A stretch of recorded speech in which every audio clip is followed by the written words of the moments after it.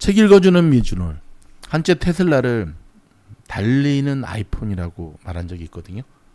자, 지금 화면에 보고 계신 게 휴머노이드 로봇에 대한 모습인데, 오늘도 계속 이어서 2세대 테슬라 보신 옵티머스 젠 2에 대한 이야기를 좀 들려드리고자 합니다.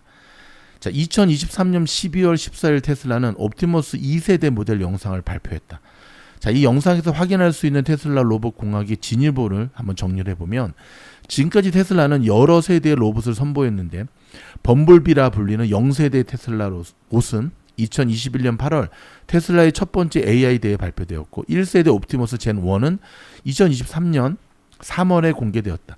0세대 모델은 많은 비판을 받았다. 사람의 연기가 포함되었고 로봇 공학에서 가장 기초가 되는 구동기가 빠져 있었기 때문이다. 구동기는 전기, 유압 등의 에너지를 사용해서 물리적인 움직임이나 힘을 생성하는 장치인데, 구동기는 로봇의 팔이나 다리, 손가락 그리고 다양한 기계 부품을 제어하여 움직이게 하는 데 사용이 된다.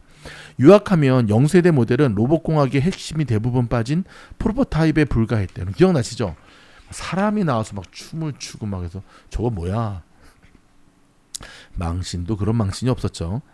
테슬라는 2022년 3월에서야 구동기가 포함된 1세대 로봇을 공개했다. 근데 이제 테슬라가 그럼에도 불구하고 그 1세대, 0세대 모델이죠. 발표한 이유는 테슬라는 전형적으로 처음 시작의 모습을 그대로 보여줘요. 그러면서 테슬라가 강조하는 게 혁신과 성장성이거든요. 처음에는 이랬는데 점점 이렇게 성장하는 모습을 보여주면서 테슬라가 가지고 있는 놀라운 기술력, 그리고 성장의 속도, 그리고 완성도에 대한 이야기를 하려고 하는 거거든요. 참 멋있는 거죠. 자, 테슬라는 2022년 3월에 구동기가 포함된 1세대 로봇을 공개했는데, 2023년 12월에 2세대 모델을 발표했고요. 눈에 띄는 특징 중 하나는 로봇의 가슴 상단부에 테슬라 로고가 박혀 있다는 겁니다. 이런 테슬라 봇이 프로토타입 단계에서 생산 단계로의 전환을 목전에 두고 있다는 의미로 해석할 수가 있는데, 구체적으로 2세대 모델 영상에서 확인할 수 있는 첫 번째 개선은 운동학에서 큰 개선이 이루어졌다는 것이다. 전반적으로 1세대 모델과 유사한 운동학을 보여주고 있지만 다양한 운동 및 움직임에서 큰 개선이 이루어졌다. 그 중에서도 머리의 움직임이 개선된 점이 눈에 띄는데, 특히 자유도 머리가 인상적이다. 자유도는 로봇이 독립적으로 움직일 수 있는 정도를 나타내는 용어인데, 2세대 봇은 머리의 상하 및 좌우 움직임이 더욱 자연스럽다. 이를 통해 머리에 달린 카메라로 외부 사물을 더 정확하게 인식하고 추적할 수 있게 되었다. 예를 들어 차량에 타고 내릴 때 머리의 움직임이 더욱 자연스러울 수가 있다는 것이다. 또한 걷는 걸음걸이도 크게 진화했는데, 자, 2세대 테슬라 봇은 인간과 유사하게 발뒤꿈치부터 발가락까지 움직이는 동작을 사용하며 걷는 모습을 보인다. 이러한 변화는 힘과 압력의 감지 기능 추가와 함께 로봇의 균형 감각과 다양한 바닥 표면에 대한 반응 능력을 향상시킨다. 특히 관절형 발가락이 있어 자연스럽게 구부리고 걸을 수 있게 되어 보행 속도가 30% 가까이 빨라진 것을 볼 수가 있다. 2세대 테슬라 봇의 두 번째 개선은 세련된 디자인이다.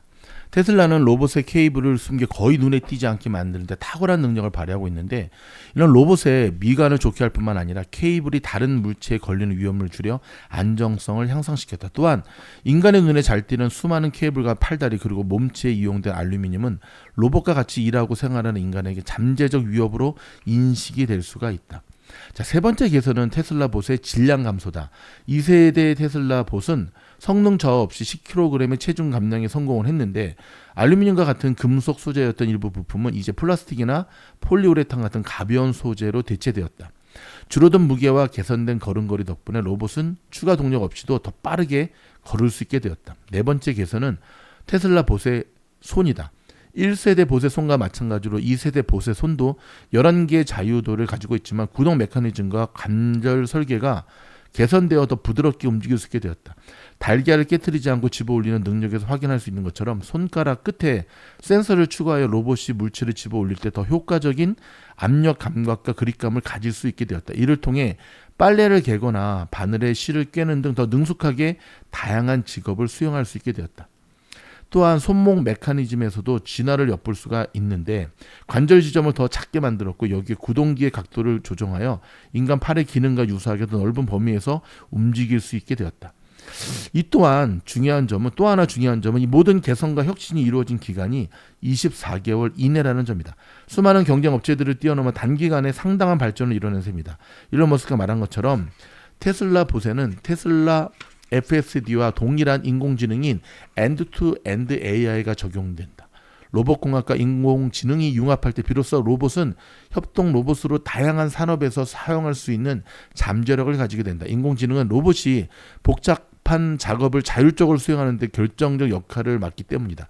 이렇게 테슬라 봇은 제조, 의료, 가사 등 다양한 산업에서 혁명을 일으킬 것으로 기대를 모으고 있다.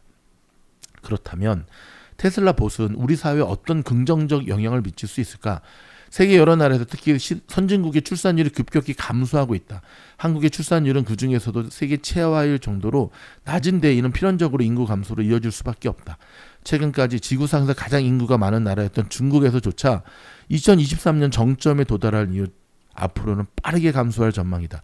이런 인구 감소에 테슬라 봇이 다양한 해결책 중 하나가 될 수가 있다. 세계 경제에서 상품에 대한 수요가 해마다 계속 증가하고 있는데 반해 인구 감소를 보완하기는 쉽지 않기 때문에 해결책은 생산성 향상에 있다. 생산성이 크게 증가하지 않는다면 우리는 필연적으로 심각한 경제 위기에 직면할 가능성이 높다. 1930년 무렵 발생한 대공황은 각국 경제 생산량을 크게 떨어뜨렸고 실업률을 폭발적으로 증가시켰다. 주식시장은 폐쇄되었고 수많은 은행이 파산하였으며 전 세계적으로 수출이 중단되었고 시민들은 돈을 구할 수 없게 되었다. 세상의 종말과 같은 분위기였다. 1930년 대공황 때죠.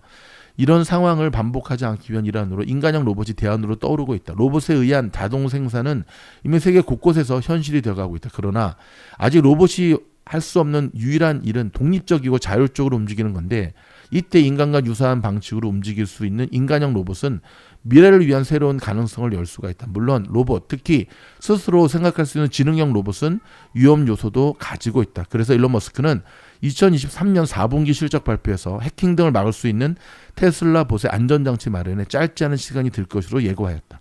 하지만 한 가지 분명한 것은 로봇의 개발을 피할 방법이 없다는 점이다. 로봇이 가져다주는 효율성과 생산성의 향상은 너무 크고 로봇이 세상에 긍정적인 영향을 미칠 수 있는 잠재력 또한 너무 크기 때문이다. 지금 다른 영상이 가고 있네요. 여러분 이렇듯 지금 테슬라의 휴머노이드와 FSD 이번에 이제 테슬라의 그록 이 추가가 되잖아요. 이 영상을 녹음하는 시간 2025년 7월 13일이고요. 자, 일론 머스크가 그리는 큰 그림이 점차적으로 하나로 모아지고 있습니다. 책 읽어주는 미지 노래 동참해주신 여러분께 다시 한번 감사드리고요. 또 다음 영상에서 뵙겠습니다. 고맙습니다.